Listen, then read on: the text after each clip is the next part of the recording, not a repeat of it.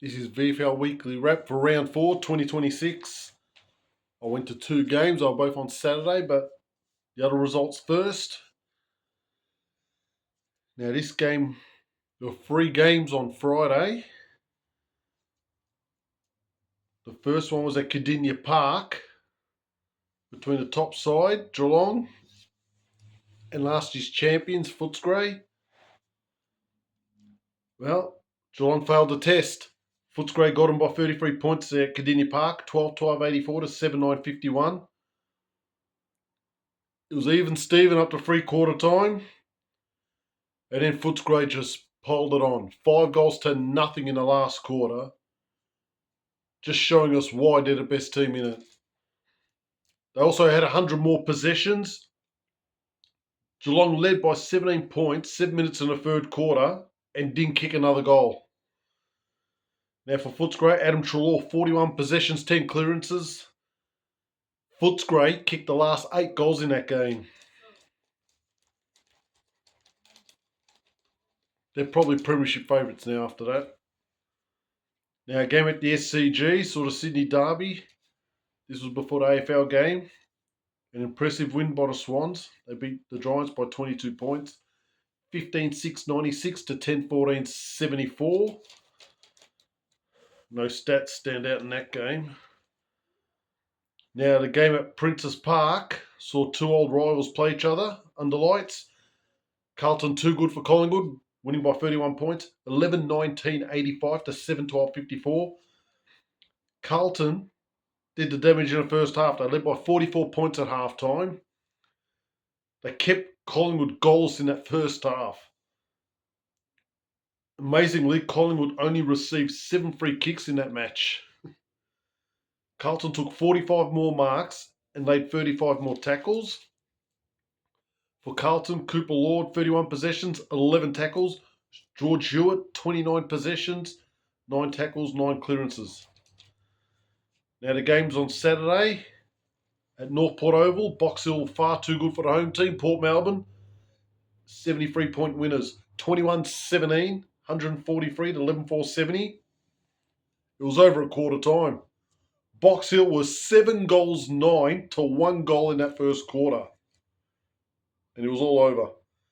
Now for Box Hill, full forward Broden McLaughlin, 7 kicks, 7 goals. Doesn't get much better than that.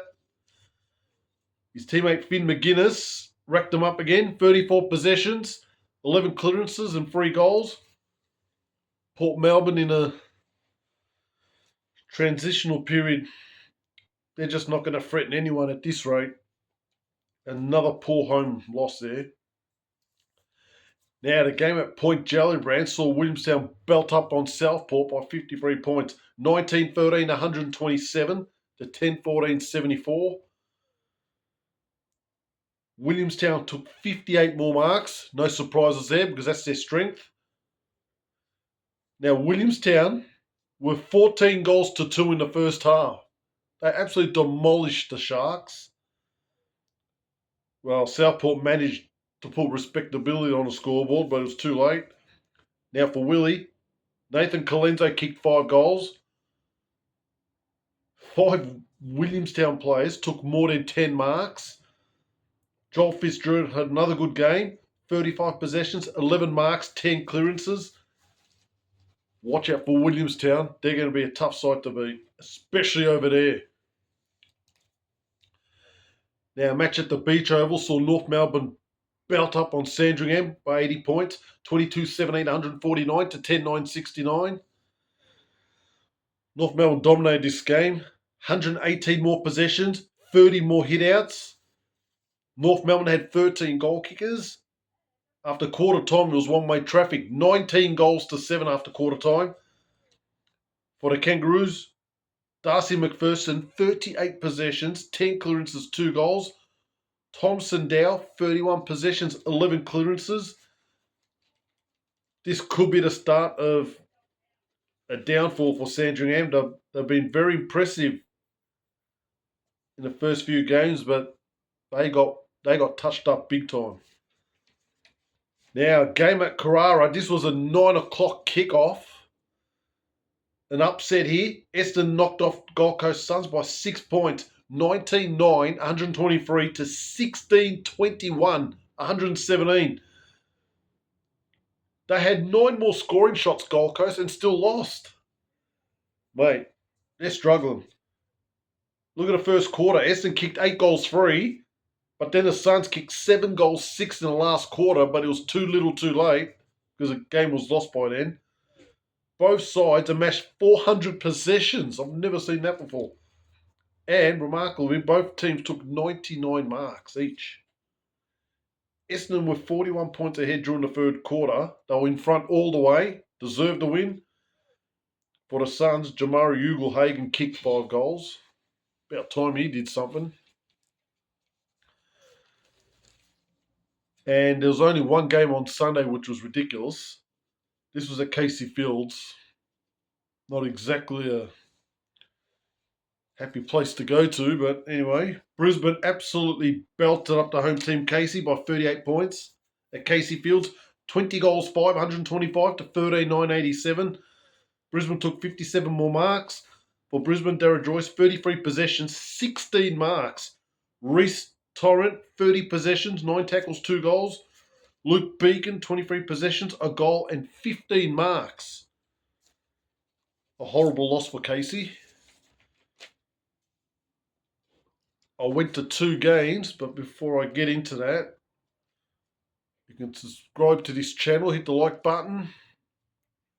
Kirk Gench 8878 every Monday evening. The video will come out. The wrap of VFL footy. Now, the game I went to, Coburg City Oval between St Kilda and Coburg. And a surprise here, St Kilda touched them up. 29-point winners there. 17-12, 114 to 12-13, 85. St Kilda 4 goals free to 2-1 at quarter time. Entertaining second quarter, Coburg 5-4 to 4-2. The game was gone in the third quarter. This is where St Kilda made their move. 6-4 to 4 behind. And last quarter, Coburg 5-4 to 3-3. The major goal kickers for St Kilda. Bailey McKenzie kicked 5. He never kicked a goal before this game. Billy Richardson kicked 3.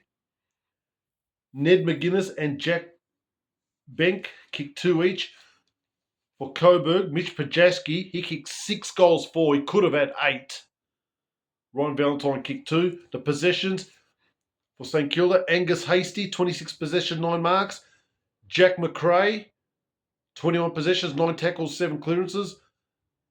Bailey McKenzie, he kicked 5 goals 2 and took 8 marks.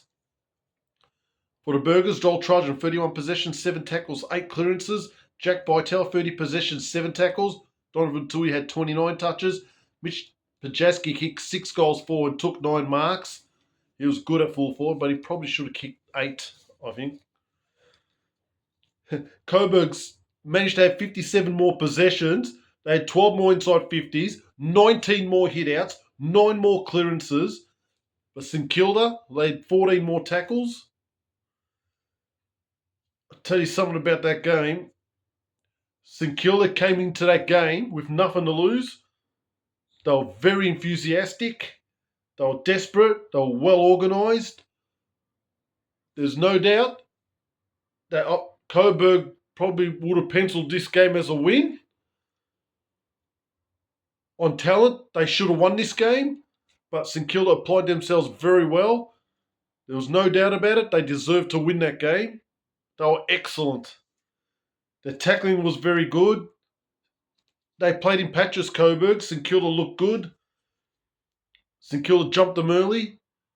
And Coburg kicked 3 goals in 5 minutes second quarter and took the lead. But after that, it was just a belting. That third quarter by Coburg, that is the worst quarter I've ever seen them playing football.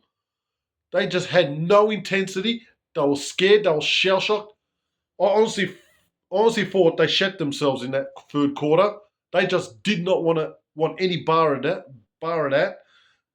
They weren't there when the game was on the line. That was pathetic. And the crowd there as well. Mate, you need to cheer your team on, mate. Don't just go there and accept the loss, because that was pathetic. It was very subdued, quiet again. St Kilda, mate, they deserve the win.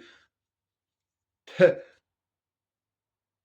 don't think Coburg's game plan isn't stacking up. They're just too reactive. Good win for St Kilda. Can they get something started now? It's their first win in the VFL in 26 years. That was the first time these two teams played. They only played once before. That was in the year 2000. Also, Coburg City Oval. St Kilda won that game as well. Great win by the Saints, but Coburg, that was rubbish. It was that rubbish. I left at 3/4 time. I was that disgusted and managed to catch 2.5 quarters of Werribee, which I went to. Werribee Frankston at Chirnside Park. Werribee too good for Frankston yet again. 15-12, 102 to 11-14, 80. It was level 3-4 each at quarter time. Werribee made their move in the second quarter. 7 goals free to 2 goals free, and it was done. Frankston 3-4 to 2-1 in the third. Werribee 3-4 to 3-3 in the last. For Werribee, Noah Tullio kicked 4. Harry Maguire 3. Lachlan Charlson 2. For the Dolphins, Bailey Lambert kicked 3. George Gray and Harrison Coe 2 each. Possessions, Jake Smith 36 possessions, 8 marks. Louis Pinnock 30 possessions, 8 marks. Jesse Clark 14 marks with 23 possessions. Charlie Lazaro had another good game. 25 possessions, 8 marks, 8 tackles. And for Frankston, Trent Minor, 32 possessions, 8 marks and a goal. Seb Quirk, 17 possessions, 10 tackles and a goal. George Gray, 20 possessions, 2 goals. Werribee had 47 more possessions, took 41 more marks. Mate, when I went there, it looked like, it was a good crowd, by the way, but it just looked like that Frankston, they were too sloppy with their field kicking. Werribee just forced them wide. No structure by Frankston whatsoever. Werribee, it was a professional effort. They're still gelling as a team, so once they get going, they're going to be tough enough to crack. Disappointment again for Frankston. They're in serious danger now. Werribee keep their season alive. Still early. Head-to-head, Werribee lead Frankston 41-38. 25-10 at Chirnside Park.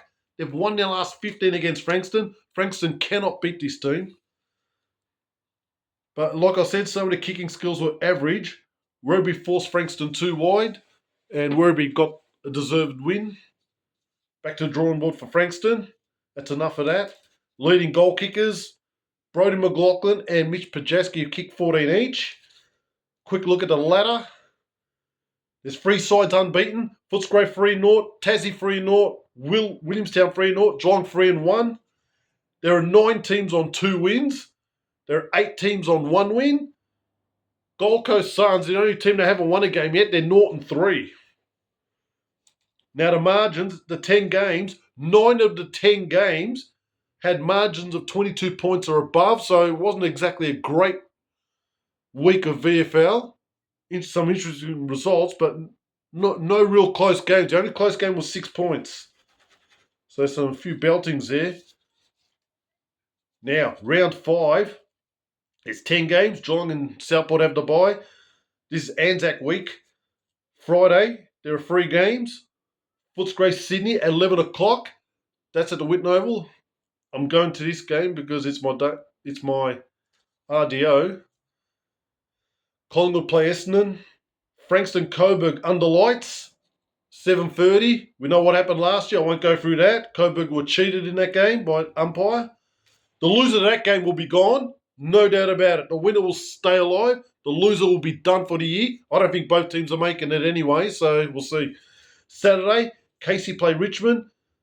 Tasmania at home against Carlton at 7 p.m. The game I'm going to, Anzac night, Williamstown Werribee, 7 o'clock at Point Gellibrand. That'll be an absolute crackerjack. Williamstown will be favourite for that. Now, there are games on Sunday, 4 of them. Stupid start times again. GWS play North Melbourne at 9:30 a.m. Brisbane Port Melbourne at 10 a.m. Sandringham Box Hill will be interesting. St Kilda against Gold Coast at Moorabbin should be another interesting game. I don't have time for my gripe or anything else. Another interesting round of football completed. I'll see you in round 5.